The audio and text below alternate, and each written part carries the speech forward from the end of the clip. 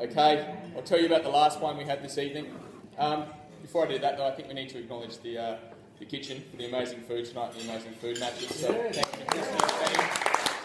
Brilliant. We'll sneak back a couple of glasses of wine for you to enjoy. Fantastic, thumbs up. So the last one is our Moxie Sparkling Shiraz. So the name's a little bit strange, a bit like Dowie Doole. And this wine sort of started out, we had a US distributor, and this was in the sort of late 90s, and Sparkling Shiraz was massive, and they came up with this brand, and they said, let's call the wine Moxie, which apparently in the US is slang for a go-getting female that won't take any shit and gets what she wants and all this sort of stuff. So we had this Sparkling Shiraz called Moxie, and we sent a container order over to them, big volume for Dowie Doole. Went really well, sold out, 3 months, rang us up, said, we want another container. Got the container ready, packaged it, labelled it, at the port, about to go, and we got this letter from Pepsi. We opened the envelope and it said, Dear Dowie Doole, cease and desist, we own the trademark Moxie in the US for an energy drink, and you can't use that brand name. So we went, far out, what do we do? So we had this container of Sparkling Shiraz sitting at the wharf, and we've got this great agent in Germany called Martin Appel, and he's a tiny agent in Castle, and he imports only New World wines from Australia and the US. And so he said, I'll do you a deal, and he got a good price, admittedly. And he imported this container of Sparkling Shiraz into Germany. And every year we attend a show in November called Foreign Vinny, and I'm going to go over to that. And someone was talking down here before, gentleman over here, about Sparkling Shiraz, that it's a bit strange and you have to have your first glass to kind of get used to it. And you think it's strange in Australia, you tried selling Sparkling Shiraz in Europe. They look at you like you're an alien. Like, what the hell have you done, you weird Australian, put bubbles in a Shiraz? But we've been doing this now for 10 years, we've been attending this Foreign Vinny show, and now we have these people, they come up to the stand and they're like, Chris, do you have the Moxie? And it's like, it's like an addiction. And so, do you have the Moxie? And so we sell 90% of this wine in Germany, but we love it. And what we did as well was we originally when we first started making this, it was all made from current vintage Shiraz, very young Shiraz. And when you have CO2 through the secondary fermentation in the wine, it makes the tannin really hard. CO2, tannin don't like one another, it becomes really aggressive.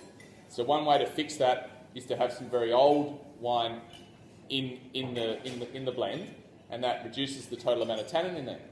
So we thought, how can we get some old wines, some back vintage Shiraz into the blend? And I was talking to Norm Doole one day. He said, well, every year we've made reserve Shiraz, I've bottled off some Magnums, but I've never done anything with them, they're sitting in the cellar.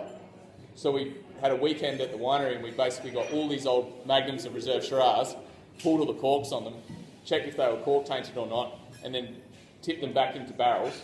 And so now we keep this barrel blend as a base, and it's got every vintage of Shiraz from 1996 through to 2000, this particular blend of Moxie, through to 2014.